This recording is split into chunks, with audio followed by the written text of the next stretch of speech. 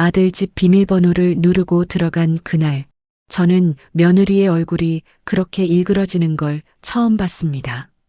어머니, 제발 앞으로 찾아오지 말아주세요. 문 앞에서 떨리던 제 손끝과 어딘가 숨기려는 듯 불안하게 흔들리던 며느리의 눈빛. 그 순간 저는 알았습니다. 이 집 안에 제가 모르는 무언가가 있다는 것을요. 도대체 며느리는 무엇을 감추고 있었던 걸까요? 초인종을 누르기 전에 저는 한참을 망설였어요. 손이 먼저 익은 대로 비밀번호를 눌렀다가 괜히 민폐인가 싶어 다시 손가락을 떼었다가 몇 번을 반복했는지 모르겠어요. 그래도 손주 얼굴이 보고 싶다는 마음이 이겼습니다. 결국 저는 조용히 숫자들을 눌렀고 익숙한 전자음과 함께 문이 열렸어요. 현관문이 열리자마자 안에서 발자국 소리가 후다닥 다가오는 게 느껴졌습니다. 그 순간 저도 모르게 웃음이 났어요. 며느리가 놀라긴 하겠지만 그래도 반갑게 맞아주겠지. 그런 기대였죠. 하지만 문틈 사이로 보인 며느리 얼굴은 제가 알던 표정이 아니었어요. 눈이 휘둥그레져서 마치 도둑이라도 들이닥친 것처럼 놀란 얼굴이었죠. 어머니, 왜 비밀번호를 누르고 그냥 들어오세요? 목소리가 떨렸지만 그 떨림에는 반가움이 아니라 불쾌함이 섞여 있었어요. 순간 심장이 쿵 내려앉는 것 같았습니다. 아차 싶었어요. 그래, 예고도 없이 오면 싫을 수도 있지. 내가 너무 가볍게 생각했나? 미안하다, 민지야. 그냥 지나가다가 손주 얼굴도 보고 싶고 해서 과일 좀 사왔어. 저는 일부러 밝게 말하려 했지만 목소리가 제 마음처럼 따라주질 않았어요. 손에 들고 있던 과일 봉지가 괜히 무겁게 느껴졌습니다. 그때 거실 쪽에서 아이 목소리가 들려왔어요. 할머니야? 손주 목소리에 저는 반사적으로 웃으며 안으로 한 발 들어갔어요. 그런데 며느리가 제 앞을 가로막듯 서더니 예전과는 전혀 다른 눈빛으로 저를 바라봤습니다. 어머니, 잠깐만요. 앞으로는 미리 연락하고 오세요. 아니, 솔직히 말씀드리면 앞으로는 그냥 함부로 오지 말아주세요. 함부로. 그 말이 귓가에 딱 걸려서 떨어지질 않았어요. 함부로라니. 나라고 이 집에 함부로 들어오고 싶어서 들어온 걸까? 그래, 연락 없이 온 건 미안하다. 그래도 집 비밀번호는 같은 가족이니까 나는 그냥. 제가 우물쭈물 말을 잇지 못하자 며느리는 한숨을 짧게 내쉬며 말을 끊었어요. 요즘 세상에 비밀번호 아무나 아는 집이 어디 있어요. 어머니는 괜찮다고 생각하실지 몰라도 저는 아니에요. 제 공간이고 제 생활인데 너무 불편해요. 제 공간, 제 생활. 그 말들이 하나씩 가슴에 박히는 느낌이었어요. 그래, 며느리 입장에서야 이 집이 자기 삶의 중심이겠죠. 하지만 이 집은 제 아들이 피땀 흘려 마련한 집이기도 했고, 제가 평생 모아 도와준 돈이 들어간 집이기도 했어요. 그렇다고 해서 제가 주인이라고 우길 생각은 없었지만, 그래도 이렇게까지 선을 긋는 게 맞나 싶었죠. 오늘은 그냥 들어오세요. 이미 오셨으니까. 하지만 앞으로는 정말 연락하고 오셨으면 좋겠어요. 아니, 가능하면 자주 안 오셨으면 해요. 자주 안 오셨으면. 정말 하고 싶었던 말은 그거겠지. 속이 서늘해졌어요. 그래도 손주가 제 옆으로 달려와 허리를 꼭 끌어안는 순간만큼은 그 서늘함이 조금 누그러졌습니다. 할머니, 나 어제 학교에서 상 받았어. 그래, 우리 손주가 벌써 상도 받고 대단하다. 저는 일부러 크게 웃으며 아이 머리를 쓰다듬었어요. 그 모습을 보고 며느리는 얄짤없는 표정으로 아이를 다시 자기 쪽으로 불러들였어요. 수연아, 엄마가 뭐라고 했어? 아무 때나 현관문 열면 안 된다고 했지? 앞으로는 할머니 오셔도 엄마한테 먼저 말해야 되는 거야. 왜? 할머니잖아. 손주의 순진한 말에 제 가슴이 한 번 더 쿡 찔렸어요. 아이에게조차 제가 조심스러운 존재가 되어가는 느낌이었거든요. 그래, 나이 들면 원래 이렇게 되는 건가? 늙으면 다 민폐인가? 속으로 이렇게 중얼거렸지만 겉으로는 아무렇지 않은 척 웃어 보였어요. 마음이라도 먼저 무너지면 정말로 쫓겨나는 기분이 들 것 같았거든요. 민지야, 내가 앞으로는 꼭 연락하고 올게. 오늘은 그냥 상 받은 손주 얼굴이나 보고 가려고 했지. 제가 조심스럽게 말하자 며느리는 마지못해 고개를 끄덕였어요. 알겠어요. 그럼 잠깐만 계세요. 집이 너무 어질러져서 어머니 오시는 줄 알았으면 미리 치웠을 텐데.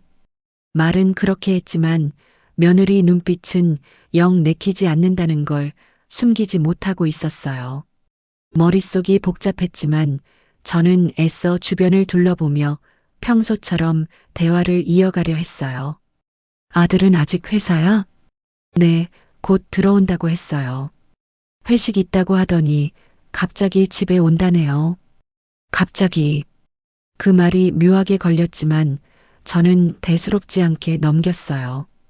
회사 일이야 바뀌는 게 당연하니 괜히 의미를 둘 필요는 없다고 스스로를 다독였죠. 거실에 앉아 아이와 이런저런 이야기를 나누는 동안에도 며느리는 계속 주방과 방을 왔다 갔다 하며 뭔가를 정리하고 치우느라 분주했어요. 마치 제가 보는 앞에서 감추고 싶은 무언가를 서둘러 숨기는 것처럼 보였죠. 괜히 불길한 느낌이 서서히 가슴 한쪽에서 올라왔어요. 무슨 냄새 같기도 하고 그림자 같기도 한 불편함이었어요. 설마 내가 괜히 민감하게 구는 걸까?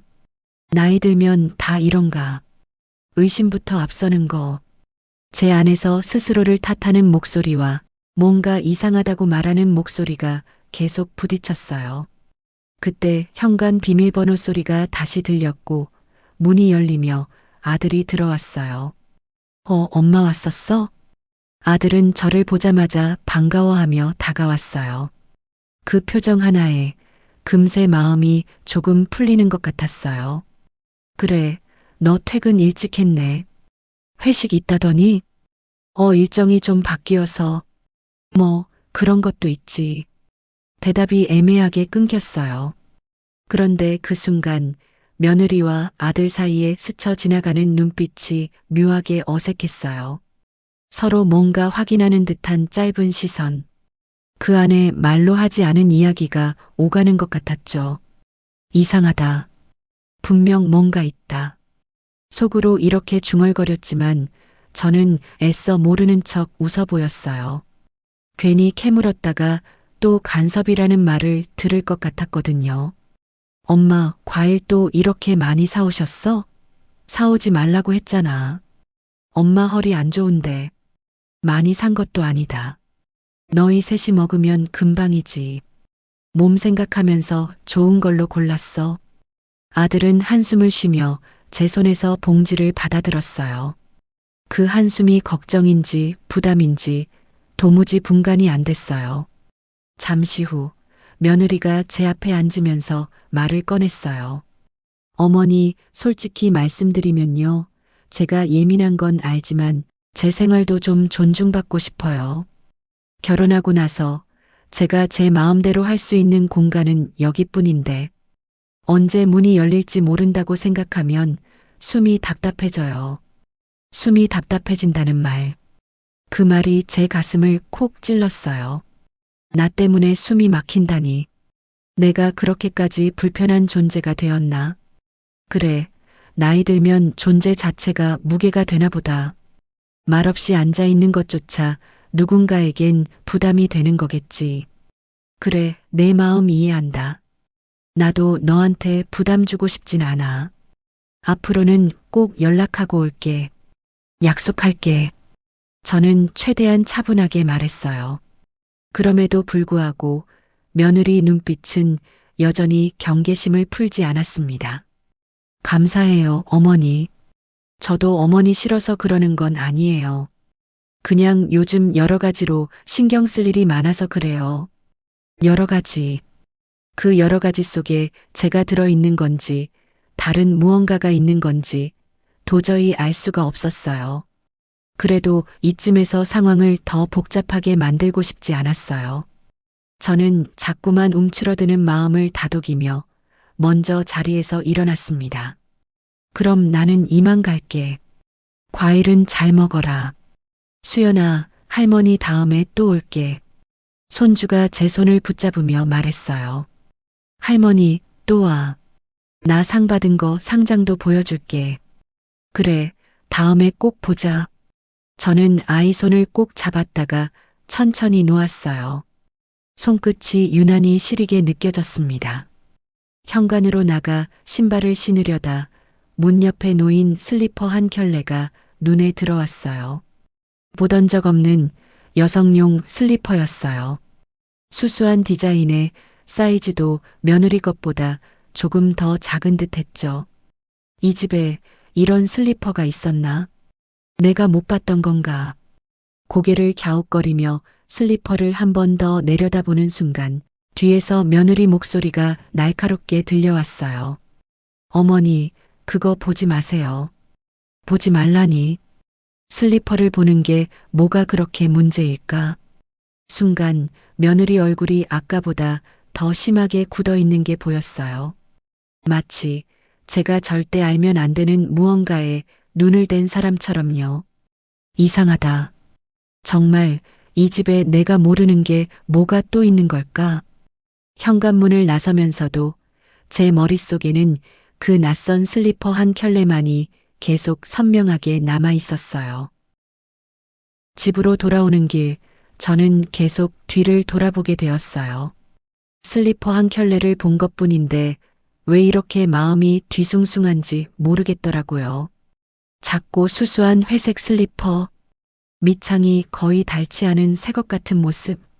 며느리가 신기에는 너무 작은 사이즈였고 집에 방문한 손님이 남기고 갈 물건 같지도 않았어요. 설마 내가 못 본 물건일 수도 있지. 이렇게 스스로를 달래면서도 마음 한쪽에서는 조용히 불길한 생각들이 고개를 들고 있었어요. 집에 도착해 문을 닫고 잠시 기대었을 때 슬리퍼가 아니라 며느리의 얼굴이 더 선명하게 떠올랐습니다. 어머니, 그거 보지 마세요. 그 말투는 그냥 놀라서 나온 소리가 아니었어요. 그건 들키면 안 되는 걸 들킨 사람의 목소리였죠. 그날 밤은 잠이 도통 오지 않았어요. 억지로 눈을 감아도 며느리의 떨리는 눈동자가 자꾸 떠올랐거든요. 왜 그렇게까지 예민했을까? 혹시 내가 모르는 사람이 이 집에 드나드는 걸까? 이렇게 의심이 커져갈수록 마음이 더 초라해지는 느낌이 들었습니다. 다음 날 아침 저는 아들에게 전화를 걸어봤어요. 상황을 따지는 게 아니라 단순히 안부를 묻는 척 하면서요. 엄마, 어제 오셨었지? 그래. 너 바쁘겠다만 내 얼굴 보고 싶었지. 엄마가 그렇게 편하게 오셔도 돼. 민지가 예민해서 그랬을 거야. 민지가 예민해서? 아들은 늘 이런 식이었어요. 누가 봐도 이상한 상황이어도 며느리를 먼저 감싸고 변명해주는 버릇. 결혼하고 난 뒤부터 달라진 아들의 태도는 항상 저를 더 조심스럽게 만들었죠. 저는 슬리퍼에 대해 조심스레 물어봤어요. 근데 현관에 작은 슬리퍼가 있던데 그건 뭐니? 슬리퍼? 글쎄 엄마 잘못 보신 거 아닐까? 아들의 말투는 너무 가벼웠어요. 마치 그 질문 자체가 별 의미 없는 일이라는 듯이. 하지만 저는 분명히 봤어요. 낡지도 않고 먼지도 묻지 않은 누군가가 최근에 신고 다닌 흔적이 있는 슬리퍼였다는 걸. 그렇게 며칠이 흘렀고 저는 다시 손주가 보고 싶어 아들 집에 연락을 했습니다. 오늘은 며느리도 흔쾌히 오라고 하더군요. 그 말만 믿고 마음을 다잡은 채 집으로 향했습니다. 현관 앞에 서니 또다시 그 기묘한 기분이 올라왔어요. 이번엔 초인종을 누르고 기다렸습니다. 문이 열리자 며느리가 밝은 척 웃으며 말했어요. 어머니, 오늘은 청소 때문에 집이 좀 어수선해요. 먼지가 많으니까 조심하세요. 청소? 그러고 보니 현관 근처에 청소 도구들이 놓여 있었고 평소보다 어수선한 느낌이 들긴 했어요. 하지만 제 눈은 자연스럽게 바닥을 훑었고 순간 저는 멈칫했어요. 슬리퍼가 사라져 있었거든요. 민지야, 그때 봤던 회색 슬리퍼는? 제가 조심스레 묻자 며느리는 대수롭지 않게 손을 털며 말했어요. 그거요? 청소업체 아주머니가 신고 다니던 거예요. 어제 다녀가셔서 가져가셨죠. 순간 머리가 띵해졌어요. 청소업체? 하지만 제가 본 슬리퍼는 브랜드 로고가 선명히 박힌 고급스러운 제품이었고 바닥도 거의 새 것 같았어요. 청소업체에서 쓰는 슬리퍼라고 하기엔 너무 깨끗하고 비싼 브랜드였죠. 더구나 그 업체 이름을 들은 기억도 없었어요. 며느리는 늘 비용이 아깝다며 집 청소를 직접 한다고 했거든요. 업체가 다녀갔다고? 너 원래 직접 청소하지 않았니? 제가 의아해서 묻자 며느리는 짧게 눈을 피하며 웃었어요. 요즘 제가 좀 바빠서요. 그래서 급하게 불렀어요. 그 웃음은 억지로 입꼬리를 올려 붙인 듯한 웃음이었어요. 표정과 말이 따로 노는 느낌. 대답은 했지만 설명이 전혀 되지 않는 말들. 뭔가 숨기는구나. 그 순간 저는 직감했어요. 며느리가 바쁜 건 사실이겠죠. 하지만 청소업체 때문이 아니라 다른 누군가 때문이라는 걸요. 거실로 들어서며 저는 주변을 천천히 살폈어요. 그림자처럼 남아있는 흔적들. 문득 시야 한쪽에서 작은 머리카락 한 올이 보였어요. 짧고 섬세한 머리카락. 며느리의 길고 검은 머리와는 전혀 다른 질감이었죠. 누구 머리일까? 순간 심장이 쿵 내려앉으면서도 저는 모른 척 지나쳤어요. 손주는 밝게 뛰어오며 제품에 안겼고 저는 아이에게 집중하는 척하면서도 집안을 계속 둘러보았어요. 소파 쿠션 배치, 냄새, 먼지의 양. 평소 며느리가 해놓던 정리 방식과 미묘하게 달랐어요. 누군가 이 집에서 생활한 흔적이 있다는 느낌. 어머니, 차 한 잔 드릴까요? 며느리가 어색한 미소로 다가왔습니다. 그래, 뭐든 좋다. 저는 자리를 잡고 앉았지만 내내 마음이 불편했어요. 며느리는 이상할 만큼 말을 많이 했어요. 평소엔 말 한마디도 하지 않으면서 오늘은 집안일, 회사일, 아이일까지 끝도 없이 이야기했죠. 마치 제 관심을 다른 곳으로 돌리려는 사람처럼요. 그러던 중 아이가 자연스럽게 말했어요. 엄마, 지난번에 놀러온 언니는 언제 또 와? 그 말에 며느리 얼굴이 순식간에 굳었습니다. 수연아, 그 얘기하지 말라고 했지? 저는 그대로 얼어붙었어요. 언니, 누가 왔다는 걸까? 아이의 순진한 말은 거짓이 될 수 없었어요. 그 말은 곧 이 집에 어떤 여자가 오갔다는 의미였죠. 멘붕과 불쾌함이 동시에 밀려왔어요. 하지만 겉으로는 아무렇지 않은 척해야 했죠. 제가 조금이라도 반응을 보이면 며느리는 그걸 예민하다고 몰아갈 테니까요. 그래서 조용히 물었어요. 누가 왔었니? 무슨 언니 말하는 거야? 그러자 며느리가 서둘러 끼어들었어요. 아니에요, 어머니. 그냥 택배 정리하러 잠깐 온 친한 동생이에요. 아이가 과장해서 말한 거죠. 하지만 며느리의 목소리는 지나칠 만큼 가늘게 떨렸고 시선은 계속 옆으로 도망가고 있었어요. 저는 그걸 놓치지 않았어요. 머릿속이 조용히 정리되기 시작했습니다. 슬리퍼, 짧은 머리카락, 어색한 웃음, 맞지 않는 변명, 그리고 아이의 말. 이건 단순히 청소업체가 남기고 간 슬리퍼가 아니었어요. 이 집안에 며느리가 숨기려는 어떤 사람이 있는 겁니다. 저는 아무 말도 하지 않은 채 차를 한 모금 마셨습니다. 따뜻해야 할 차가 입안에서 유난히 쓰게 느껴졌어요. 대체 누구지? 그리고 왜 감추는 걸까? 며느리의 눈빛은 이미 답을 말해주고 있었습니다. 그 눈빛은 어머니는 알면 안 되는 사람, 그 사실을 말하고 있었어요. 저는 더 이상 묻지 않았어요. 지금은 때가 아니었으니까요. 가끔은 모르는 척해야 더 많은 걸 볼 수 있는 법이거든요. 그날 집을 나서며 저는 연기하듯 미소를 지어 보였어요. 민지야, 고생 많다. 다음에 또 올게. 네, 어머니. 현관문이 닫히는 순간 저는 마음속으로 조용히 다짐했습니다. 저 슬리퍼의 주인이 누군지, 그게 이 집에서 어떤 의미인지 반드시 알아내리라고.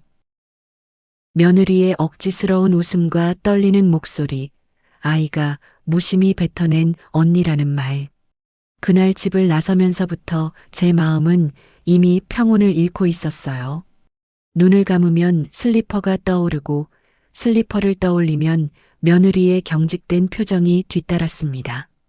하지만 더 큰 문제는 그 모든 상황에서 아들이 유난히 조용했다는 거였어요. 아들을 잘 아는 저는 그 조용함이야말로 가장 불안한 신호라는 걸 알고 있었죠. 며칠 동안 저는 아들에게 여러 번 전화를 걸었어요. 평소라면 업무 중에도 짧게라도 왜? 하고 전화를 받던 애였는데 이번에는 이상하게도 거의 받지 않았어요. 하루 종일 신호만 가다가 밤늦게 단 한 줄이 왔습니다. 엄마, 요즘 회사가 너무 바빠서 전화 못 받아요. 단답. 이런 적이 단 한 번도 없었어요. 아들은 아무리 바빠도 제 전화만큼은 꼭 받아왔죠. 그런데 요 며칠은 제 목소리를 듣는 것조차 피하는 듯한 기분이 들었어요. 내가 뭘 잘못했나? 이런 생각이 먼저 들었어요. 나이 들면 자꾸 내가 문제인가 싶어지는 게 더 먼저 찾아오더라고요. 하지만 그 불안함과 별개로 마음 한구석에서는 분명히 말하고 있었죠.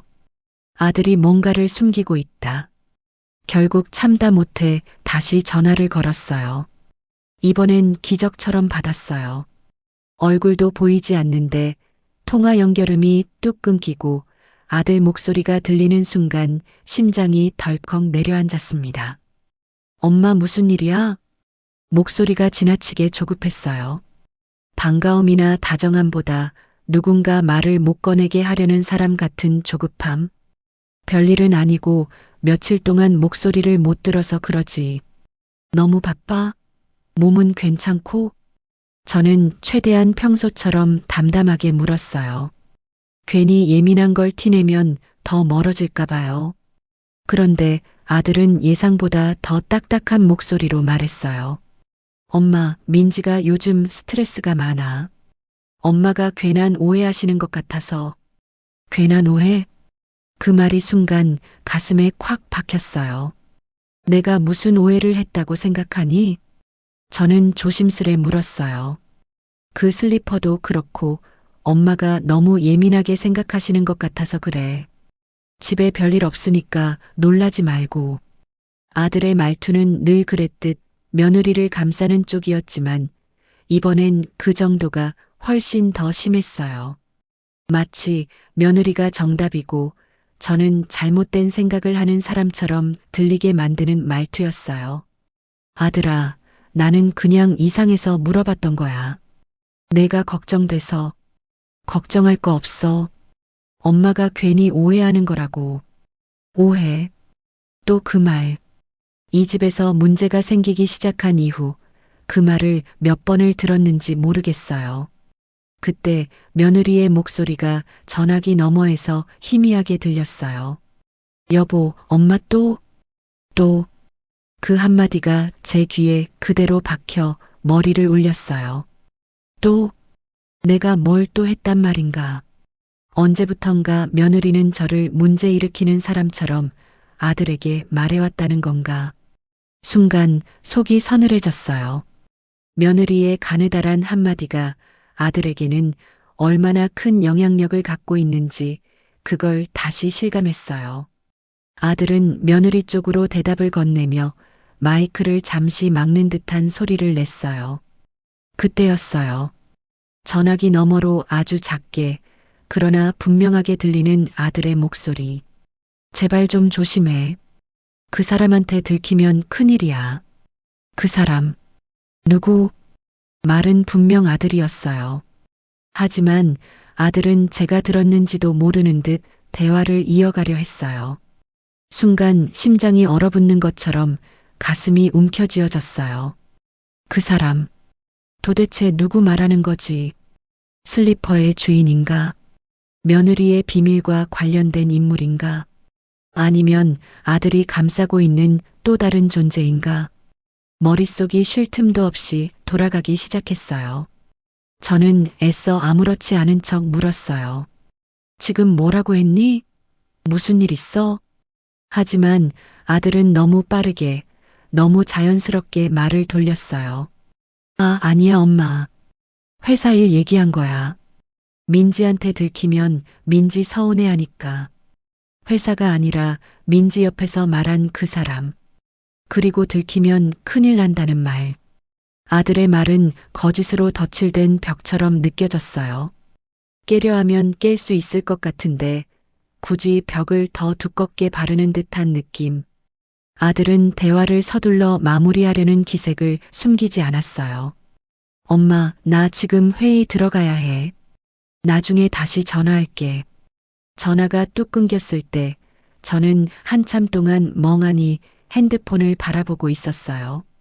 이건 단순히 바쁜 사람의 태도가 아니었어요.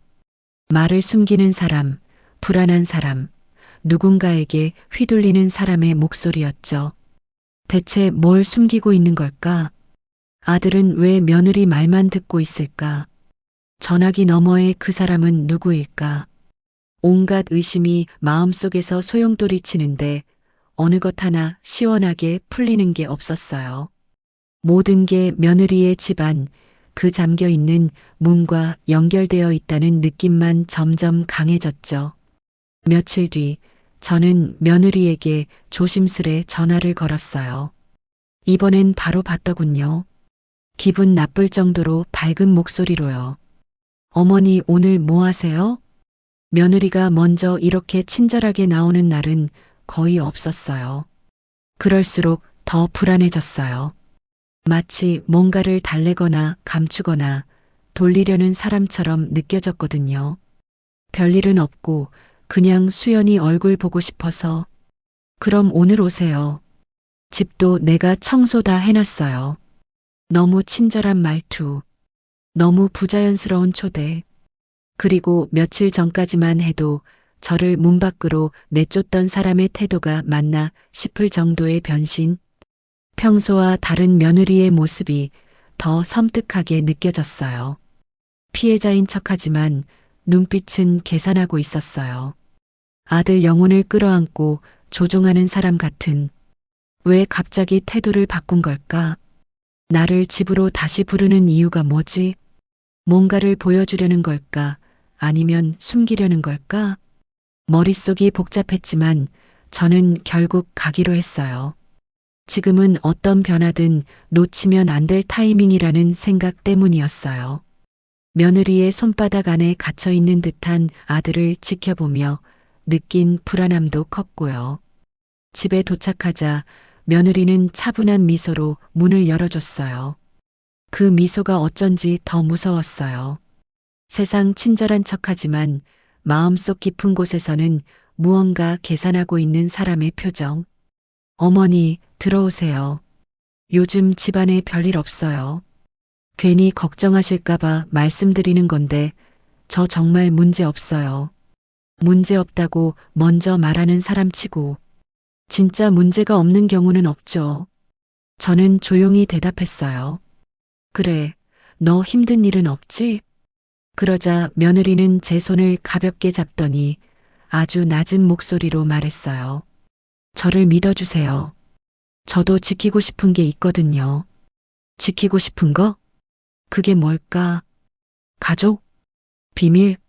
아니면 그 사람? 며느리의 눈은 두려움도 죄책감도 아닌 어딘가 두려움과 욕망이 섞인 눈빛이었어요. 그리고 그 순간 저는 느꼈어요. 아들은 지금 단순히 며느리를 감싸는 게 아니라 그녀와 누군가 사이에서 휘말려 흔들리고 있다는 것을. 이 집안에는 아들조차 두려워하는 누군가가 있다. 그리고 그 존재는 며느리의 비밀과 직결되어 있다. 아들이 그 사람한테 들키면 큰일이야. 라는 말은 우연한 말실수가 아니라 이 집의 그림자를 드러내는 첫 균열이었어요. 저는 이제 알 것 같았어요. 이 집에서 진짜 위험한 건 며느리가 아니라 며느리가 두려워하는 그 사람이라는 걸. 며느리의 과한 친절과 불안한 미소가 마음에서 오래도록 가시지 않았어요. 전화를 피하던 아들, 숨기는 듯한 말투, 그리고 그 사람한테 들키면 큰일이라는 말. 이 모든 조각들이 어디로 향하고 있는지 도무지 가늠이 되지 않았지만 그 방향 끝에 잠겨 있는 무언가가 있다는 느낌만은 점점 더 강해지고 있었죠. 그날도 저는 손주 얼굴이 보고 싶다는 마음으로 조심스럽게 전화를 걸었습니다. 며느리는 의외로 금방 전화를 받았어요. 어머니, 오늘도 오실래요? 제가 집에 있을 거예요. 그 목소리는 밝았지만 그 밝음이 오히려 낯설게 느껴졌어요. 왜 갑자기 이렇게 부드럽게 나오는 걸까? 마음이 풀린 게 아니라 뭔가를 가려야 하는 사람의 억지 밝음 같았어요. 그래도 저는 손주가 보고 싶다는 마음 하나로 집을 찾았습니다. 현관문 앞에 서니 또다시 마음 한구석이 서늘하게 차오르더군요. 이 집에 올 때마다 느껴지는 묘한 긴장감. 그게 점점 더 자신을 감싸는 올가미 같았어요. 문이 열리자 손주가 환하게 뛰어나와 제 품에 안겼습니다. 그 순간만은 제 가슴도 환해지는 것 같았어요. 우리 손주 보고 싶어서 왔다. 할머니, 오늘은 내 방에서 놀자. 아이 손을 잡고 집 안으로 들어갔을 때 어딘가 공기가 더 무겁게 느껴졌어요. 마치 숨겨진 채로 오래 잠겨 있던 방 안에서 새어나오는 냄새처럼 설명할 수 없는 답답함이 공중에 떠 있었죠. 거실에서 며느리는 억지 웃음을 짓고 있었어요. 어색하게 굳은 입꼬리, 눈은 웃지 않고 오직 입만 웃는 얼굴. 어머니, 오늘은 제가 차 대접할게요. 앉아 계세요. 저는 아이 손을 잡고 자연스럽게 집안을 둘러보다가 손주가 무심코 한 말을 들었어요. 할머니, 여기 말고 뒤에 있는 방은 들어가면 안 돼. 아빠가 잠가놨어. 심장이 잠시 멈춘 것처럼 가슴이 쿵 내려앉았어요. 잠가놨다고? 왜? 아무 생각 없이 묻는 척했지만 목소리가 떨리는 걸 감출 수가 없었어요. 손주는 아무렇지도 않게 대답했어요. 몰라. 아빠가 문 잠그고 절대 열지 말라고 그랬어. 엄마도 열지 말라고 했어. 엄마도? 그 말 속에는 너무 많은 것들이 숨어 있었어요. 그 순간 며느리의 발걸음이 불안하게 거실로 다가왔습니다. 바닥이 울릴 만큼 성급했어요. 수연아, 엄마가 뭐라고 했어? 그 방 얘기하지 말랬지. 순간적으로 제가 아닌 아이에게 쏘아붙이는 모습. 목소리는 평소보다 훨씬 날카롭고 표정은 완전히 굳어 있었어요. 저는 천천히 고개를 들며 며느리를 바라봤어요. 민지야, 방을 잠가놨다고 하네. 왜? 그 말이 끝나기도 전에 며느리는 제 말을 확 끊었습니다. 아니에요, 어머니. 그냥 창고예요. 잡동사니가 많아서 위험할까봐 잠가둔 거예요. 그녀는 웃으려고 했지만 눈빛은 사납게 떨리고 있었어요. 말과 표정이 따로 놀았죠. 잡동사니가 많은 창고라면 그렇게까지 반응할 이유가 없었어요. 저는 조심스레 말했다. 그럼 조금만 보여줄 수 있니? 나도 돕지. 그러자 며느리는 제 말이 끝나기도 전에 거의 외치듯 말했어요. 아니에요. 절대 열면 안 돼요. 절대. 그 단어는 마치 금기를 선언하는 사람처럼 무겁고 강했어요. 한순간 집안 공기가 얼어붙었어요. 아이도 저도 말없이 며느리를 바라봤습니다. 며느리는 곧 자신이 지나치게 격렬하게 반응한 걸 깨달았는지 급히 목소리를 누그러뜨렸어요. 어머니, 죄송해요. 제가 요즘 너무 예민해서 그래요. 그냥 위험하니까 그러는 거예요. 하지만 이미 늦었어요. 그 반응 하나로 모든 게 또렷해졌죠. 이 방은 단순한 창고가 아니다. 이 방에는 며느리가 숨기려는 무언가가 있다. 그리고 아들도 그것을 알고 있다. 며느리는 허둥지둥 분위기를 바꾸려 했어요. 어머니, 여기 앉으세요. 차 식겠어요. 제가 과일도 깎아드릴게요. 그녀는 너무 다정하게, 너무 과하게 움직였어요. 거실로 이동하는 동안 손이 떨리는 게 보일 정도였죠. 도망치듯 주방으로 향하는 어깨에서도 불안이 온몸으로 퍼져나오고 있었어요. 저는 그런 며느리 뒷모습을 보며 머릿속이 서서히 정리되고 있었어요. 이제야 분명히 알게 된 사실이 있었어요. 며느리가 나를 가스라이팅하고 있었다. 오해한다. 예민하다. 괜한 걱정. 내가 힘들다. 어머니가 불편하게 한다. 그녀는 그 말들로 저를 조심스럽게 그러나 꾸준히 흔들고 있었어요. 제가 느끼는 이상함을 내 문제로 만들고 현실 감각을 흐리게 하고 있었죠. 그동안 저는 그걸 못 보고 스스로를 탓하기 바빴어요. 내가 나이 들어서 예민해졌다고, 내가 괜히 오지 말아야 한다고. 하지만 아니었어요. 그녀는 제가 그 방에 대해 의심하지 못하게 하기 위해 저를 천천히 아주 교묘히 흔들고 있었어요. 수연아, 잠긴 방에 뭐가 있는지 알고 있니?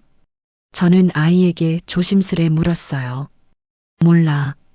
아빠가 열면 안 된대. 들어가면 혼난대. 아이의 답은 너무 순진해서 더 아팠어요. 누군가에게 들은 그대로의 말이었어요. 아들도 알고 있었다. 그리고 아이에게까지 절대 들어가지 말라고 교육하고 있었다. 그 방은 단순한 비밀이 아니다. 가족에게조차 숨기는 영역. 아들, 며느리, 아이 전부가 접근하지 못하게 막아놓은 공간. 나는 알 수 없고 그들은 알고 있는 정보. 정보 비대칭이 더 이상한 방향으로 기울기 시작했어요. 잠시 후 며느리가 주방에서 나와 밝은 표정으로 말했어요. 어머니, 과일 가져왔어요. 다시는 그런 방 얘기하지 마세요. 수연이 마음 상해요. 수연이 마음? 누가 상처받고 있다는 말인가? 아이인가 아니면 그녀 자신인가? 저는 차를 마시며 조용히 말했다. 그래. 그 방은 너희가 알아서 하면 되지. 말은 그렇게 했지만 마음속에서는 이미 또렷해진 결론이 있었어요. 멈추면 안 된다. 이 집에서 감춰둔 비밀, 그 잠겨있는 방 안에 있는 무언가. 반드시 확인해야 한다. 그날 집을 나서는데 며느리가 현관까지 따라와 손잡이를 꼭 쥔 채 말했어요. 어머니, 괜히 방에 대해 생각하지 마세요. 그거 생각하면 힘들어져요. 힘들어지는 사람은 누구일까? 나일까? 아니면 그녀일까? 현관문이 닫히는 순간 손주 말이 다시 떠올랐어요. 아빠가 잠가놨어. 들어가면 안 된대. 아들의 말, 며느리의 과한 반응, 그리고 숨겨진 방. 모든 불안과 의심이 하나로 이어져 하나의 문 앞에 모여들고 있었어요. 그 방 안에 대체 무엇이 있는 걸까? 누가 있는 걸까? 그 질문이 제 마음을 꽉 움켜쥐고 놓아주지 않았어요. 며느리가 잠겨 있는 방 이야기를 그렇게까지 예민하게 반응한 날 이후 저는 그 방이 머릿속에서 떠나지 않았어요. 문 하나일 뿐인데 그 문이 제 마음을 어떻게 이렇게 붙잡을 수 있는지, 그만큼 그날 들은 말, 보았던 표정, 느꼈던 이질감이 너무 강렬했어요. 며칠 뒤 며느리에게서 전화가 왔습니다. 어머니, 오늘 제가 병원 예약이 있어서 나가봐야 해요. 혹시 시간 괜찮으시면 수연이 좀 봐주실 수 있을까요? 이런 부탁은 거의 처음이었어요. 언제나 스스로 하겠다며 남의 손을 잘 빌리지 않던 며느리였는데 이렇게 갑자기 아이를 맡기겠다니 그 자체가 이상했어요. 그래, 내가 가지. 수연이는 할머니랑 있는 걸 좋아하니까. 전화를 끊고 집으로 향하는 동안 온몸이 긴장으로 굳어졌어요. 며느리가 없는 집, 그리고 아이가 있는 집, 잠겨 있는 방. 오늘 아니면 그 방의 진짜 모습을 볼 수 있는 기회는 오지 않을 것 같았어요. 현관에 들어서자 손주가 반갑게 뛰어나왔고 며느리는 준비된 듯 빠르게 외출 채비를 마쳤어요. 어머니, 저 금방 다녀올게요. 23시간이면 돼요. 목소리는 부드럽지만 어딘가 급박했어요. 뒤돌아서 문을 닫는 속도도 유난히 빨랐죠. 문이 닫히자마자 집안은 고요해졌고 그 고요 속에서 저는 막막한 긴장감에 사로잡혔어요. 이제 정말 확인할 수 있겠구나. 손주는 제 손을 꼭 잡고 말했어요. 할머니, 나 방에서 놀고 싶어. 그래. 그런데 말이다, 수연아. 저는 최대한 자연스럽게 물었어요. 저기 잠겨 있는 방 어떻게 잠근 거니? 아빠가 열쇠로 잠그시니? 손주는 순진하게 고개를 저었어요. 아니야. 아빠가 번호 누르고 잠갔어. 비밀번호 있어. 순간 숨이 턱 막히는 느낌이 들었어요. 비밀번호. 열쇠가 아니라 번호. 그렇다면 문을 열 방법은 손주가 알고 있을 가능성이 크다는 뜻이었어요. 수연아, 혹시 그 번호 기억해? 조심스럽게 물었는데 아이는 별 생각 없이 고개를 끄덕였어요. 응. 아빠가 나한테도 말해줬어. 근데 열면 안 된대. 그 말이 더 아팠어요. 아들이 아이에게조차 문을 열지 말라며 경고했다는 뜻이니까요. 하지만 지금은 그 이상을 따질 때가 아니었어요. 숨을 크게 들이마시고 아이에게 부탁했어요. 할머니가 잠깐, 아주 잠깐만 그 방을 보고 싶어. 수연이가 번호 눌러줄 수 있겠니? 무섭지 않게 그냥 확인만 할게.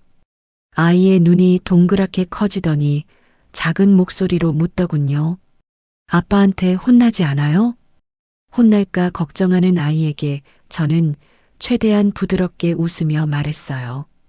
할머니가 책임질게. 절대로 너 혼나게 하지 않을게. 잠시 망설이던 아이는 이내 조용히 고개를 끄덕였습니다. 그리고 저를 그 문 앞으로 데려갔어요. 희죽 웃음도 장난기도 없이 조용히 차분히. 저는 섬뜩하게도 그 침착함이 이미 여러 번 이 문 앞에 서본 사람 같다는 생각이 들었어요. 할머니, 이거야. 손주가 작게 손가락을 올려 번호를 누르기 시작했어요. 삑, 삑, 4번의 소리가 울렸고 문은 아주 부드럽게 너무 쉽게 덜컥하고 열렸습니다. 그 순간 저는 한 발짝도 움직일 수 없었어요. 눈앞에 펼쳐진 풍경이 이 집에서 제가 알고 있던 모든 것을 뒤흔들 만큼 충격적이었거든요. 방 안에는 여성의 흔적이 가득했어요. 옷걸이에 걸린 다양한 스타일의 여성복들, 스커트, 블라우스, 코트까지, 심지어 속옷까지 가지런히 서랍에 정리되어 있었어요. 화장대 위에는 새것 같은 화장품과 스킨케어 제품이 빼곡히 정리돼 있었고, 브러쉬에는 최근에 사용한 흔적이 선명했어요. 이건 며느리의 것이 아니었어요. 스타일도 사이즈도 브랜드 취향도 그녀와 완전히 달랐어요. 숨이 턱 막혀 손으로 입을 가리자 아이도 살짝 놀라며 말하더군요. 할머니, 여기 누가 살아? 누가 살아? 아이의 순진한 질문이 방 안 공기를 더욱 무겁게 만들었어요. 저도 알고 싶었어요. 대체 누가 이 집 안에서 살아온 걸까? 그때 화장대 한켠에서 눈에 익은 종이 하나가 보였어요. 임대차 계약서. 손이 떨렸지만 떨림을 멈출 수 없었지만 저는 그 서류를 들여다봤어요. 이름, 주소, 연락처, 임대기간, 모든 정보가 선명하게 적혀 있었어요. 그런데 그 이름을 보는 순간 심장이 멈추는 것 같았어요. 그 이름은 며느리도 아니고 우리 가족 누구의 이름도 아니었어요. 전혀 다른 여성, 전혀 모르는 여자. 하지만 이 집 주소가 선명히 적혀 있었어요.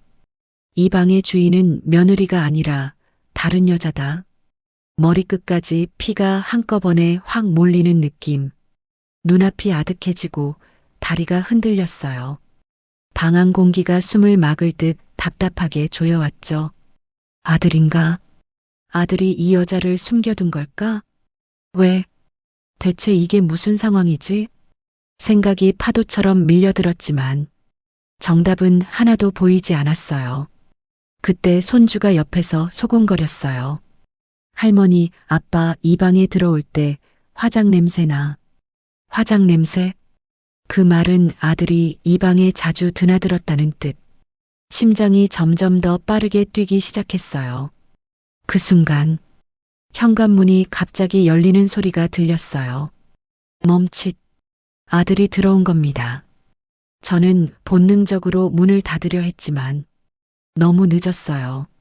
아들은 이미 복도 끝에서 열린 문과 그 안에 서 있는 저를 보고 있었어요. 얼굴이 하얗게 질린 아들이 거의 달려오듯 다가와 문을 세게 닫으며 소리쳤어요. 엄마, 절대 이 방 건드리지 말라고 했잖아. 그 소리는 공포에 가까웠어요. 화를 내는 소리가 아니라 들키면 안 되는 걸 들킨 사람의 절박한 외침. 저는 떨리는 목소리로 물었어요. 이게 뭐니? 아들아, 이게 누구 거야? 왜 이런 것들이 이 집에 있는 거야? 하지만 아들은 대답할 수 없다는 듯 머리를 감싸쥐며 뒤로 한 걸음 물러섰어요. 엄마가 왜 이걸 본 거야? 지금이라도 제발 잊어.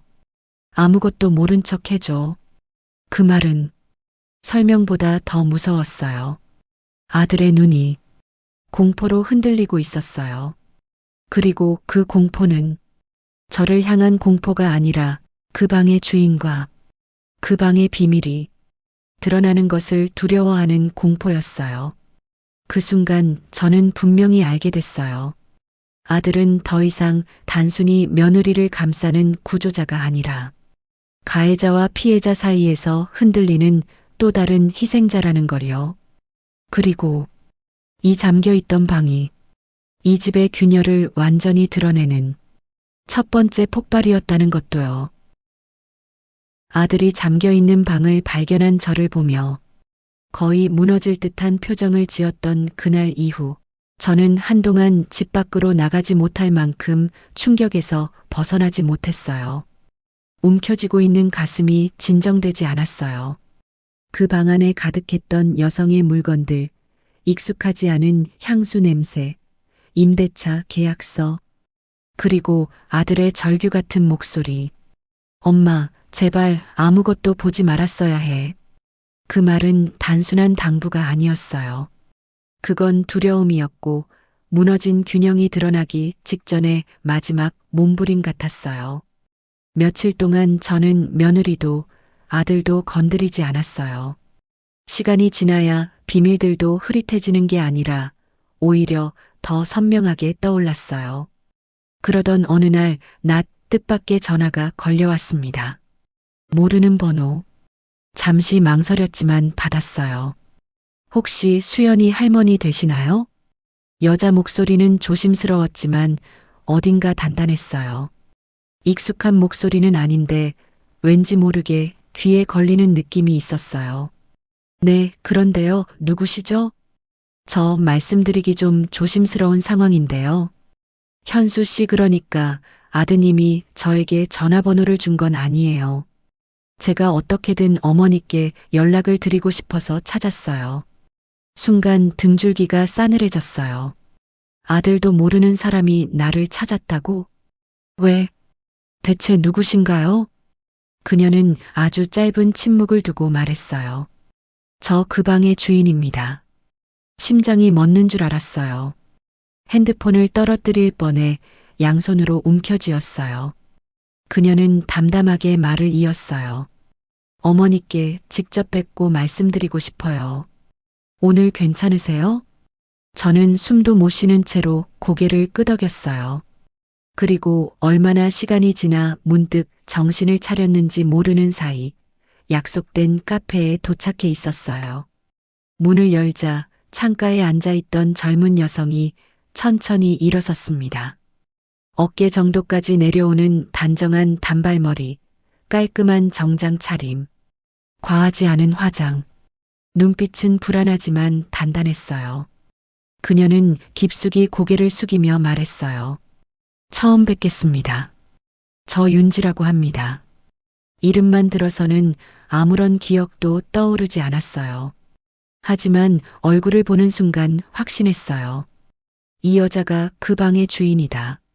슬리퍼, 2개 걸려 있던 코트, 화장대 위의 물건들, 전부 이 여자와 너무 잘 맞아 떨어졌어요. 저는 천천히 의자에 앉으며 조심스레 물었어요. 혹시 우리 현수 회사 사람이신가요? 그녀는 고개를 끄덕이며 말했다. 네, 회사 동료였어요. 2년 가까이 같이 일했어요. 그녀는 과거형으로 말했다. 동료였어요. 그리고 갑자기 깊은 한숨을 내쉬더니 말했다. 며느님께서요, 제 인생을 망칠 뻔하셨어요. 그 말은 제 귀에 거칠게 들어왔어요. 며느리가 그녀의 인생을? 왜? 어떻게? 저는 침착하려 애쓰며 물었어요. 무슨 일이 있었던 건가요? 윤지는 마치 굳게 담은 시간이 오래되었고 이제야 입을 여는 사람처럼 천천히 말을 꺼냈어요. 어머니께서 보신 그 방. 원래 그 방은 제가 현수 씨와 같이 준비했던 프로젝트 공간이었어요. 프로젝트? 무슨 말이죠? 윤지는 설명을 이어갔어요. 현수 씨는 업무 시간 외에 따로 외주 디자인 일을 했어요. 저는 그걸 도와주는 파트너였고요. 그녀는 가방에서 서류 몇 장을 꺼내 제 앞에 내밀었어요. 작업 스케치, 기획서, 디자인 의뢰 계약서, 곳곳에 아들 이름이 적혀 있었어요. 그 방은 일을 하다가 너무 늦을 때 잠시 머무는 공간이었어요. 제가 살던 원룸이 너무 멀어서 현수 씨가 잠시 머물 방을 만들어주겠다며 같이 준비한 거였어요. 그 말을 듣는 순간 숨을 크게 몰아쉬며 겨우 마음을 붙잡았어요. 그 방은 아들이 여자와 동거한 공간이 아니었어요. 아들이 윤지라는 여성을 숨겨둔 것도 아니었어요. 그녀는 조용히 웃으며 말했다. 저희 사이 그런 거 아니에요. 정말로 일 때문에 필요했던 공간이었어요. 그녀의 말투는 흔들림 없이 단단했어요. 그리고 그 다음 말이 터져 나오며 모든 것이 뒤집혔어요. 그런데요. 며느님이 그걸 알고 제게 접근했어요. 저는 자리에서 굳어버린 채 그녀를 보았어요. 윤지의 눈빛이 심하게 흔들렸어요. 두려움과 분노, 억울함이 한꺼번에 뒤섞인 눈빛. 며느님이 저한테 말했어요. 내 남편 건드리지 말라고. 난리를 치고 회사에도 제 이름을 언급하며 소문을 퍼뜨렸어요. 소문. 그 단어가 제 가슴을 깊게 찔렀어요. 제가 현수 씨와 불륜이라며 증거도 없이 회사 사람들에게 얘기하고 다녔어요. 숨이 턱 막혀왔어요.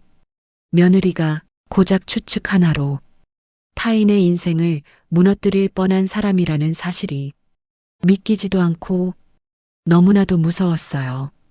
윤지는 고개를 숙이며 말을 이었어요. 결국 저는 팀을 옮기고 회사 생활도 힘들어졌습니다. 고작 남의 방 하나를 도왔다는 이유로요.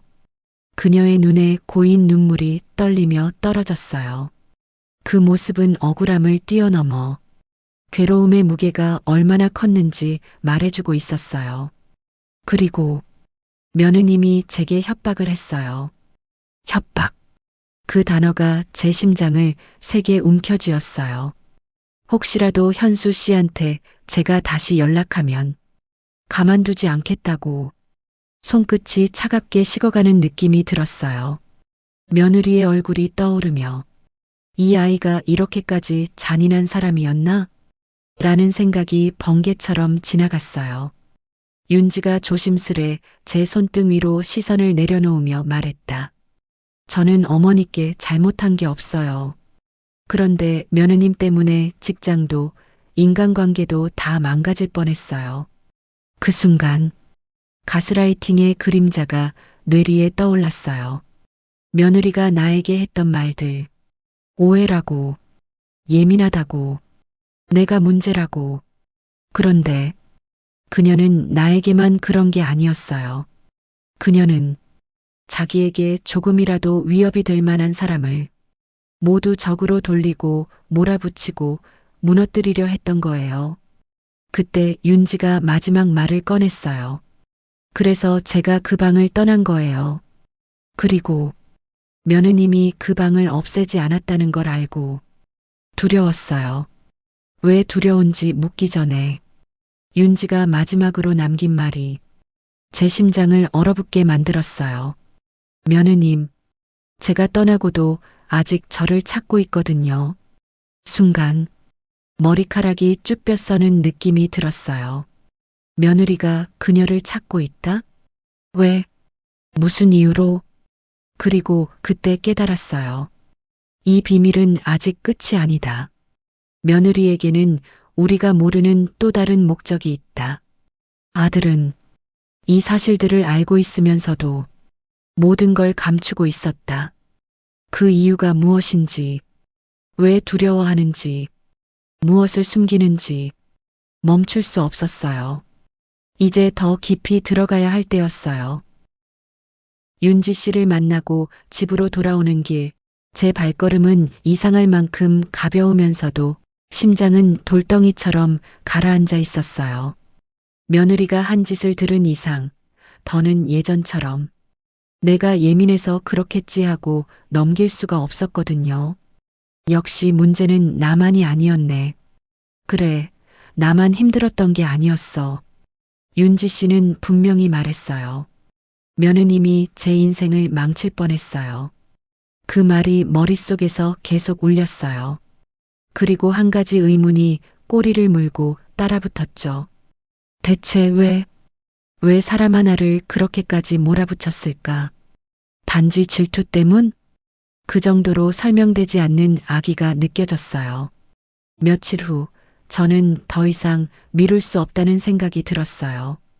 이대로 아무것도 모르는 척 살아가면 언젠가는 더 큰 일이 터질 것 같았거든요. 그래서 아들을 불렀어요. 동네 조용한 카페에서 보자고 했죠. 아들은 앉자마자 고개를 숙인 채 한참 말이 없었어요. 저도 쉽게 입을 떼지 못하고 있다가 결국 조용히 말을 꺼냈어요. 아들아, 나 윤지 씨를 만났어. 아들의 어깨가 눈에 띄게 움찔했어요. 손가락이 미세하게 떨리는 게 보였어요. 엄마가 왜 그 사람을 만나? 목소리에는 짜증과 두려움이 섞여 있었어요. 우연히가 아니고 일부러 만났어. 그 사람이 나를 찾아왔거든. 내 아내 때문에 인생이 흔들렸다고 하더구나.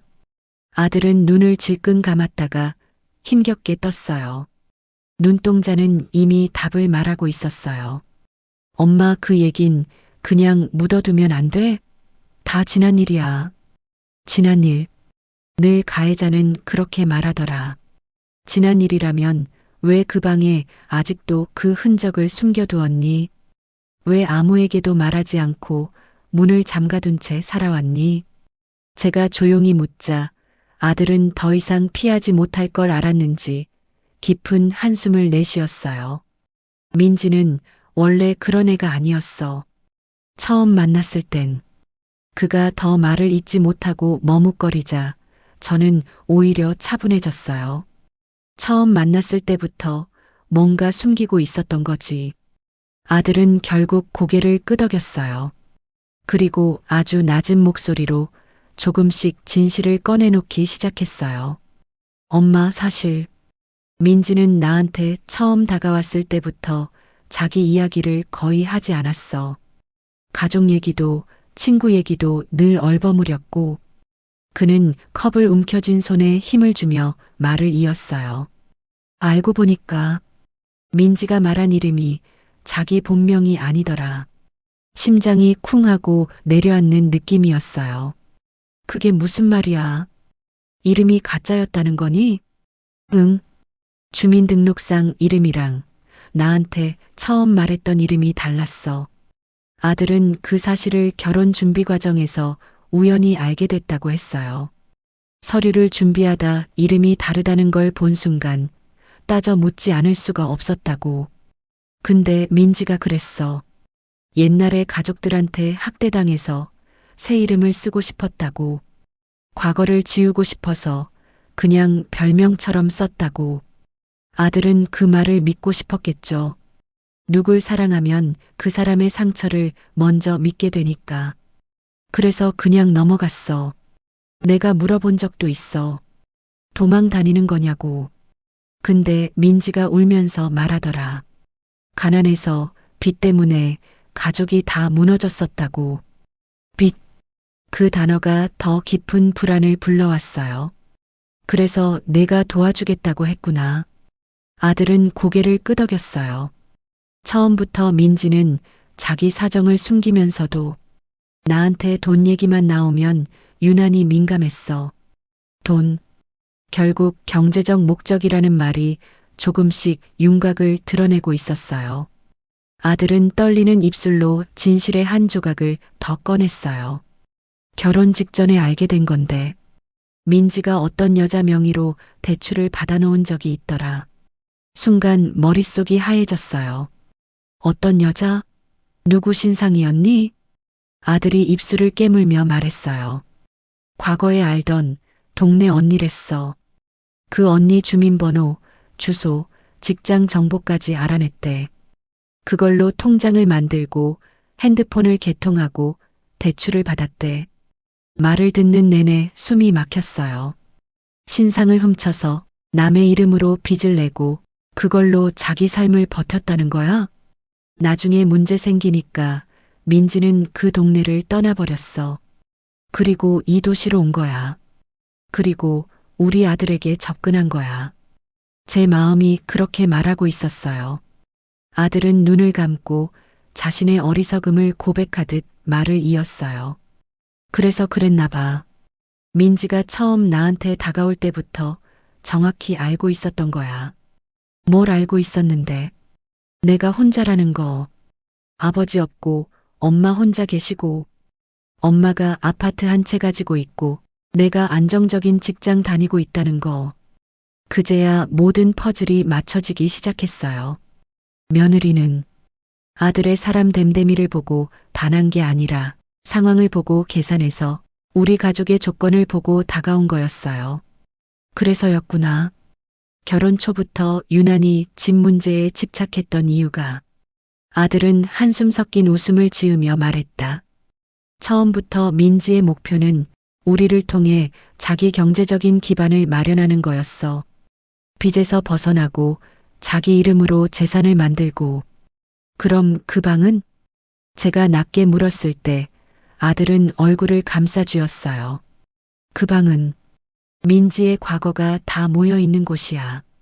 그는 힘겹게 말했어요. 민지가 예전에 도용했던 여자 신상 서류들, 명예 대출 관련 서류들, 그리고 자기가 썼던 가짜 이름들, 핸드폰 여러 대 개통한 서류까지 전부 그 안에 있어 잠시 숨이 멎는 것 같았어요. 그 방은 아들이 윤지를 숨겨둔 공간이 아니라 며느리가 자기 과거를 숨겨둔 증거 창고였던 거예요. 거기에는 윤지의 이름도 얽혀 있었고 다른 여자들의 이름도 있었을 거예요. 윤지 씨는? 제 입에서 떨리는 질문이 나왔어요. 아들은 그때서야 눈을 질끈 감았어요. 윤지 이름으로도 민지가 뭔가 하려 했어. 근데 그걸 내가 막았어. 그때부터 민지랑 윤지가 완전히 원수가 된 거고.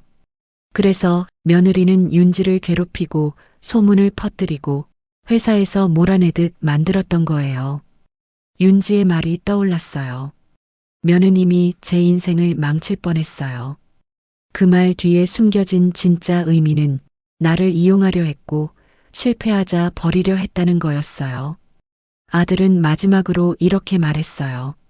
엄마, 그래서 내가 그 방을 절대 열지 말라고 한 거야.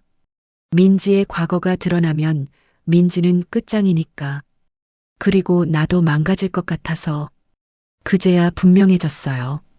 아들은 민지를 지키려 했던 구조자이자 그녀가 저지른 가해 행위를 덮으려 했던 또 다른 가해자였던 거예요. 그날 집으로 돌아오는 길, 제 머릿속에는 한 가지 생각밖에 없었어요. 더 이상 이대로 둘 순 없다. 그래서 저는 며느리를 정면으로 마주보기로 했어요. 며느리가 집에 혼자 있는 시간을 골라 저는 초인종을 눌렀어요. 이번엔 비밀번호를 누르지 않았어요. 이 집의 문을 함부로 열던 내가 아니었죠. 이제는 눈을 똑바로 마주보고 말을 해야 했으니까요. 문이 열리자 며느리가 조금 놀란 얼굴을 했어요. 어머니 연락도 없이 웬일이세요? 과거의 저라면 여기서 먼저 사과부터 했을 거예요. 하지만 오늘은 아니었어요. 민지야, 우리 이제는 솔직하게 이야기하자. 저의 단단한 목소리에 며느리의 눈이 처음으로 조금 흔들렸어요. 무슨 말씀이세요, 어머니? 내가 다른 여자 신상 훔쳐서 살았다는 이야기, 난 이미 다 들었어. 순간 그녀의 얼굴에서 피가 쫙 빠지는 게 눈에 보였어요.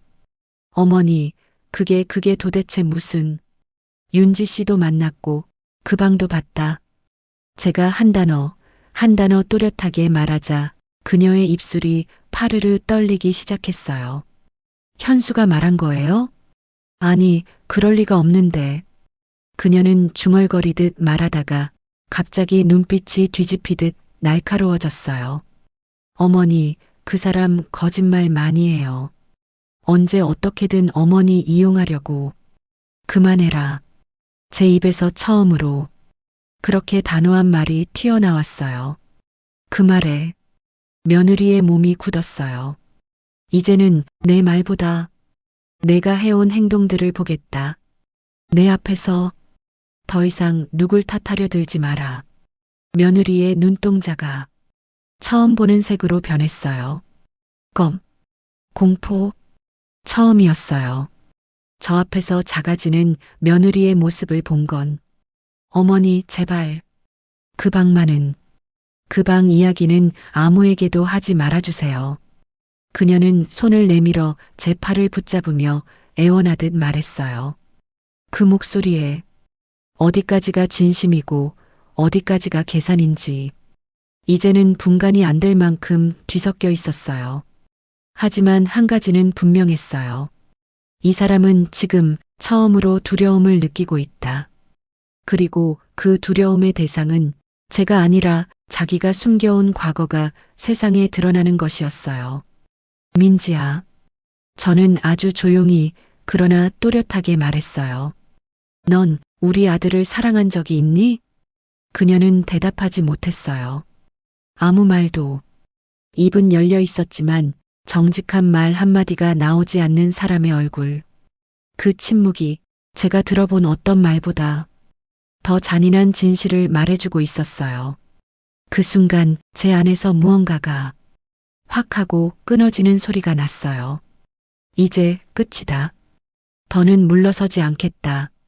그리고 폭발은 이미 시작되고 있었어요. 생각해보면 그날은 정말 모든 문이 열린 날이었어요. 현관문, 잠겨있던 방의 문, 그리고 우리가 애써 외면하고 닫아두었던 마음의 문까지요. 며느리와의 대면 이후 저는 집으로 돌아와 한참을 멍하니 앉아 있었어요. 손이 덜덜 떨리던 것도 가슴이 쿵쿵 내려앉던 것도 시간이 지나면서 조금씩 잦아들었지만 한 가지는 분명해졌죠.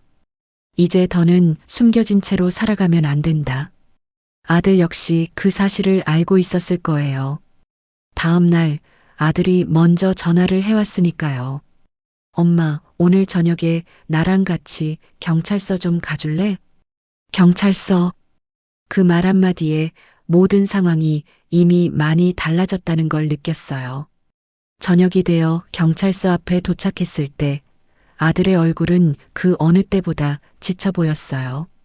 밤새 한숨도 못 잔 사람 같은 눈이었지만 눈동자만큼은 단단하게 굳어 있었어요. 결심했구나. 제가 조용히 말하자 아들은 고개를 끄덕였어요. 더는 숨기면 안 될 것 같아. 숨기면 숨길수록 엄마도 수연이도 나도 다 망가질 것 같아서. 아들은 이미 그 방에 있던 서류와 계약서, 명예 도용 흔적들을 정리해 가지고 왔어요. 윤지 씨가 보내준 자료도 함께였죠.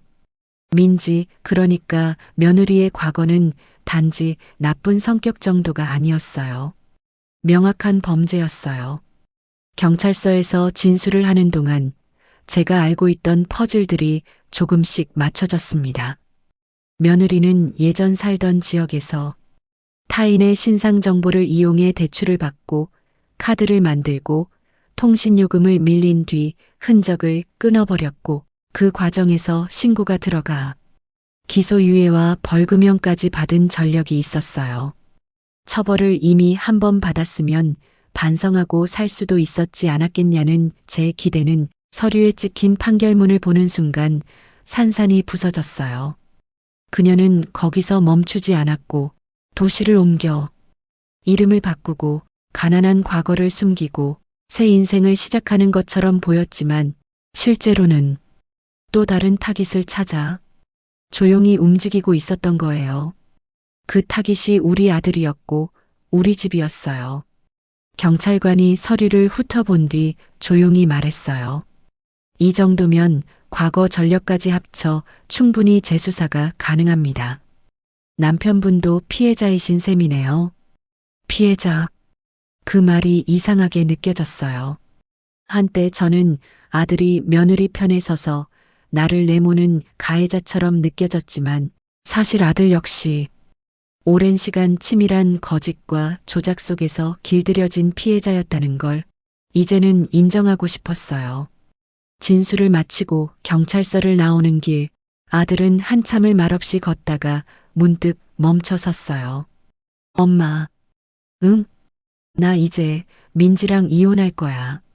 그 목소리는 슬프면서도 이상하게 후련해 보였어요. 긴 시간 독한 꿈에서 깨어난 사람이 드디어 현실을 직시하는 순간의 목소리 같았어요. 그래. 그게 맞는 것 같다. 저는 그 말을 하는데 눈물이 핑 돌았어요. 이혼하라는 말을.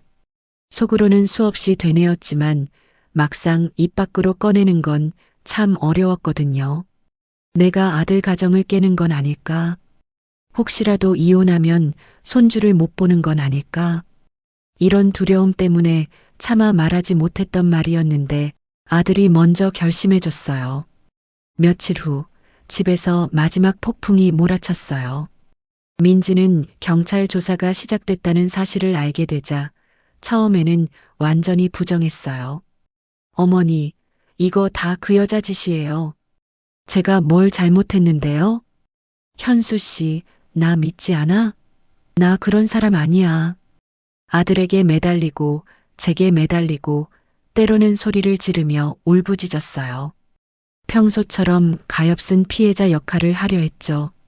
하지만 달라진 사람이 있었어요. 아들이었어요. 민지야, 이제 그만하자. 나는 내가 어떤 사람인지 이제 알 것 같아. 그 말에 그녀의 얼굴이 일그러졌어요. 지금 나버리겠다는 거야? 나 여기까지 오려고 얼마나? 여기까지 오려던 거지. 아들이 단호하게 말을 끊었어요. 그 목소리에는 원망이라기보다 제 스스로에게 하는 자책이 더 컸어요. 처음부터 나랑 우리 집을 내가 살기 위한 목표로 삼았잖아. 사랑이 아니라 계산으로. 민지는 헛웃음을 내뱉었어요. 그래. 나 솔직해질게. 나도 살려고 그랬어. 나도 사람답게 좀 살아보고 싶었다고. 그게 죄야? 저는 조용히 말을 이었어요. 살려고 애쓴 것까지는 누구도 뭐라 못한다. 하지만 그렇게 살려고 남의 인생을 망가뜨리려 한순간부터 그건 죄야. 그녀는 제 쪽을 노려봤어요. 어머니는 평생 부족한 거 없이 사셨잖아요. 제가 어떤 집에서 자랐는지 알기나 해요? 모르지. 근데 내가 어떤 방법을 택했는지는 봤다. 저는 천천히 말을 이었어요. 내 과거를 숨기기 위해 윤지 씨를 불륜녀로 만들고 회사를 뒤흔들고 아들을 죄책감으로 묶어두고 나를 예민한 시어머니로 몰았지. 그렇게 다들 망가져도 괜찮았니? 그녀는 처음으로 입술을 꼭 깨물며 말을 잃었어요. 눈빛이 흔들리다가 마침내 무너지는 게 보였어요. 어차피 아무도 나 같은 사람 진짜로 사랑 안 하잖아요. 그 말은 너무 쓸쓸했지만 그렇다고 해서 용서가 되는 건 아니었어요. 그래서 더더욱 다른 사람 인생을 망가뜨리는 쪽으로 살면 안 되는 거야. 저는 그날 처음이자 마지막으로 이 여자를 진심으로 안타까워했어요. 하지만 안타까움과 용서는 다른 거였어요. 안타깝다고 해서 내 아들 인생과 손주 인생까지 내줄 수는 없는 일이니까요. 결국 민지는 짐을 싸서 나갔어요. 그 과정에서 법적인 절차도 함께 시작됐고 아들은 묵묵히 모든 서류와 증거들을 정리하며 이혼을 준비했어요. 길고 지치는 시간 끝에 법원에서 이혼이 확정되고 민지는 최종적으로 사기 및 명예 도용 관련 혐의로 처벌을 받게 됐어요. 형량이 중요하지 않았어요. 저에게 중요한 건 단 한 가지였어요. 더 이상 우리가 그녀에게 휘둘리지 않는다는 사실. 모든 절차가 끝난 어느 날 아들이 수연이를 데리고 제 집을 찾아왔어요. 현관 앞에서 똑똑 문을 두드리는 소리가 들렸고 문을 열자 수연이가 환하게 웃으며 달려와 안겼어요. 할머니, 우리 이제 같이 살아도 돼? 그 말에 저도 모르게 눈물이 왈칵 쏟아졌어요. 그래, 우리 손주. 할머니 집은 언제든지 열려 있지. 아들은 제 뒤에서 조용히 서 있다가 천천히 집 안으로 들어왔어요. 예전처럼 어색한 눈치도 없이 그냥 아들로서의 얼굴로요. 엄마, 응, 그동안 미안했어. 엄마 탓을 많이 했던 것 같아서 저는 고개를 저었어요. 너도 피해자였다. 이제 알겠다. 너도 참 힘들었겠다, 아들아. 그 말이 나오는데 가슴 깊은 곳에서 묵혀있던 응어리들이 하나둘씩 녹아내리는 느낌이었어요. 그날 저녁 우리는 셋이서 오랜만에 밥을 같이 먹었어요. 밥상 위에는 거창한 반찬 대신 그냥 따뜻한 국과 김치, 계란말이 정도뿐이었지만 수연이가 신나서 떠드는 소리, 아들이 웃으며 받아주는 소리, 제가 잔소리 섞인 말을 하는 그 소리까지 모든 게 사실은 오래전부터 제가 바라던 풍경이었어요. 식사를 마치고 아들이 문득 말했어요. 엄마, 내일 시간 되면 집에 한번 와줄래? 내 집에? 응. 엄마한테 꼭 들려주고 싶은 말이 있어서. 다음 날 저는 조용히 그 집을 찾았어요. 여전히 아들 집 앞에 서면 가슴이 조금 조여들었지만 이번에는 예전과는 다른 감정이었어요. 현관 앞에 서 있자 아들이 안에서 문을 열어줬어요. 엄마, 들어와. 그래, 신뢰한다. 집안은 이상할 만큼 가벼워져 있었어요. 잠겨 있던 방의 문은 활짝 열려 있었고 그 안에 있던 서류와 흔적들은 정리되어 사라져 있었어요. 아들은 그 방을 이제 작업실로 쓰겠다고 했어요. 이제 여기는 내가 진짜로 하고 싶은 일을 하는 공간으로 만들 거야. 누구의 비밀을 감추는 방이 아니라. 그 말을 듣는데 묘하게 가슴이 찡했어요. 그리고 그때 아들이 현관 쪽을 힐끔 보며 웃으면서 말했어요. 엄마, 응? 비밀번호는 이제 바꾸지 않아도 돼. 그 말은 단순히 숫자 4개에 대한 이야기가 아니었어요. 이 집에 들어오는 문, 우리 사이의 문, 마음의 문. 이제는 그 어떤 것도 몰래 잠그지 않겠다는 약속처럼 들렸어요. 저는 천천히 웃으며 대답했어요. 그래. 이제는 문 열고 들어와도 되겠구나. 모든 문이 닫혀 있던 시간은 끝났어요. 이제는 서로를 향해 열린 문들만 남았어요. 오늘의 사연 어떠셨나요? 댓글에 소중한 의견도 공유해주세요. 아울러 영상이 마음에 드셨다면 좋아요와 구독, 알림 설정 부탁드립니다. 이야기 소나무에 큰 도움이 됩니다. 오늘도 좋은 하루 되시고 행복하세요. 시청해주셔서 감사합니다.